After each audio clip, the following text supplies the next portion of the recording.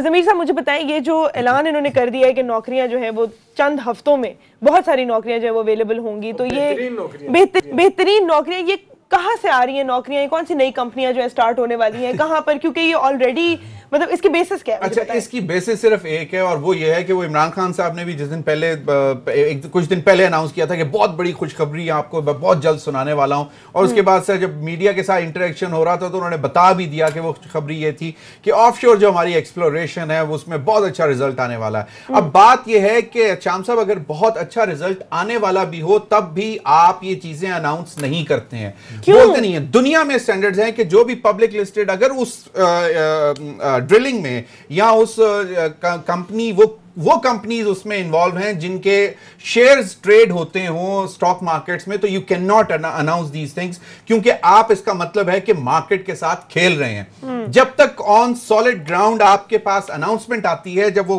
खुद ट्रेडिंग बिल्कुल फिजिकली वहां पे खड़े होकर अनाउंस करते हैं कि जी ये देखें, ये हमारी एक्सप्लोरेशन है, ये सक्सेस रेट हमारा है, इतने मिल। अब ये कहानियां जो है ना, मैं तो ये कहता हूं कि बेसिकली ये इन्वेस्टिगेट करना चाहिए कि ये किसको फायदा दिलवाते हैं इस किस्म की बातें करके। और दूसरा ये कि अल्लाह करे ये बहुत बड़ी होप दिलाई है, लेकिन इसके पीछे कहानी ये है कि जिस तरह इमरान खान साहब ने कहा था कि बहुत बड़ी खुशखबरी मैं आपको सुनाने वाला हूं, उसके बाद फिर उन्होंने सहाफियों को बता भी दिया कि बहुत बड़ी खुशखबरी जो है बेसिकली ऑफशोर जो हमारी ड्रिलिंग हो रही है जिसमें सक्सेस अभी भी तकरीबन कोई 450 मीटर तक 4500 मीटर या मुझे अब एग्जैक्टली मालूम इतने तक पहुंचे, और कोई 3500 मीटर है 5000 तक 5500 तक मीटर तक जाना है नए रिजर्व। ठीक है, जब तक आपके पास सॉलिड इंफॉर्मेशन तब ना आ जाए तब तक, क्योंकि जो मुख्तलिफ कंपनीज इन्वॉल्व होती हैं उनके शेयर ट्रेड हो रहे होते हैं, अब लोग जो हैं वो देख रहे होते हैं कि ओ ये तो पार्ट ऑफ द कंपनी है, ये शेयर मतलब ड्रिलिंग हो रही है, अगर ये तो इनका तो शेयर यूं जाएगा,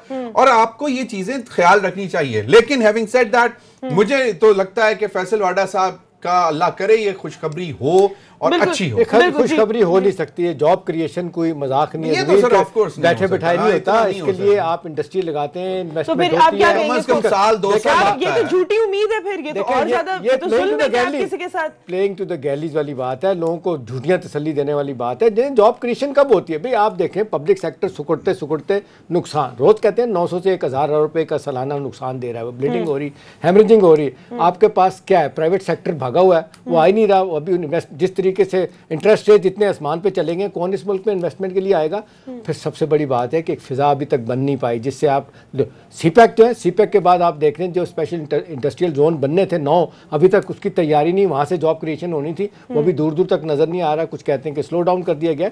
बात यह कि प्राइवेट सेक्टर को आप बुलाएंगे, फिर बाहर का सेक्टर आएगा, इंडस्ट्री लगेगी, इन्वेस्टमेंट होगी, फिर जॉब क्रिएशन होगी, हवा में जॉब क्रिएशन हो जाएगी। अभी आप एक जुमला जमीन 83% जो है ना आपका कहते हैं जॉब क्रिएशन, नहीं 83% आपका जो है या क्या कहते हैं जीडीपी, उसके बराबर आपका कर्जा हो चुका है। उसके बाद 83.3%।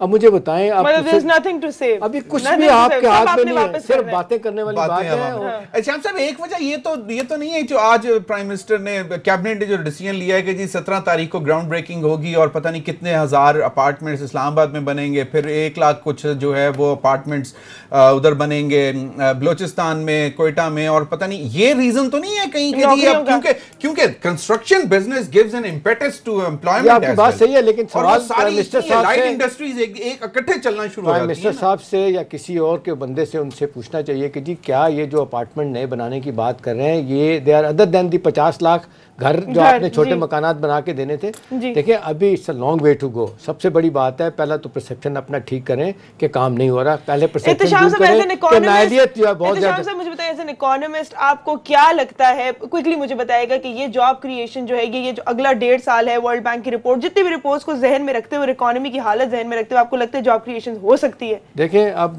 कल भी बात की थी, परसों तरक्की माकूस 2022 में जाके आपका 4% के करीब वो कहते हैं कि ग्रोथ रेट होने की तवक्को है। इस साल जो ख़त्म हो रहा है जून, इसमें ज़मीर 3.4% है। और 3.5% हमारा सेंट्रल बैंक कहता है, वर्ल्ड बैंक ने कहा 3.4% से ज़्यादा ग्रोथ नहीं होगी, अगले साल कह रहे हैं 2.2% होगी। 3.2 है सर, अगले साल 2.2 का फिगर आ रहा है। 2.2 ये तो मतलब और उसके बाद वो कहते हैं कि जी 2022 में जाके शुरू करेगी। बात है कि इन हालात में आप देखने जितने रीजन के ममालिक हैं उनकी इकॉनमीज जो है वो ग्रो करती चली गई हैं, 7% से 8% तक हम नीचे से नीचे।